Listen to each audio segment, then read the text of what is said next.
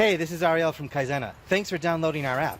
At Kaizena, our mission is to enable you, the learner, to improve your craft, whatever it may be, through feedback. We provide different ways of receiving feedback. After all, we all need feedback, whether from our teachers, our coaches, or from our mentors. Come, let me show you how it works.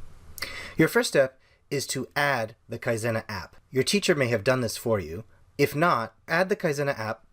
Click on Add-ons, search for Kaizena, click the Add button, select the account, click Allow, and now you will see that you have the Kaizena app.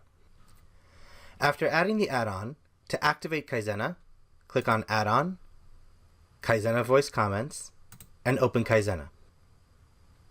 Kaizena will then ask you the first time whether you are a student or a teacher. As a student, click Student. And that's it.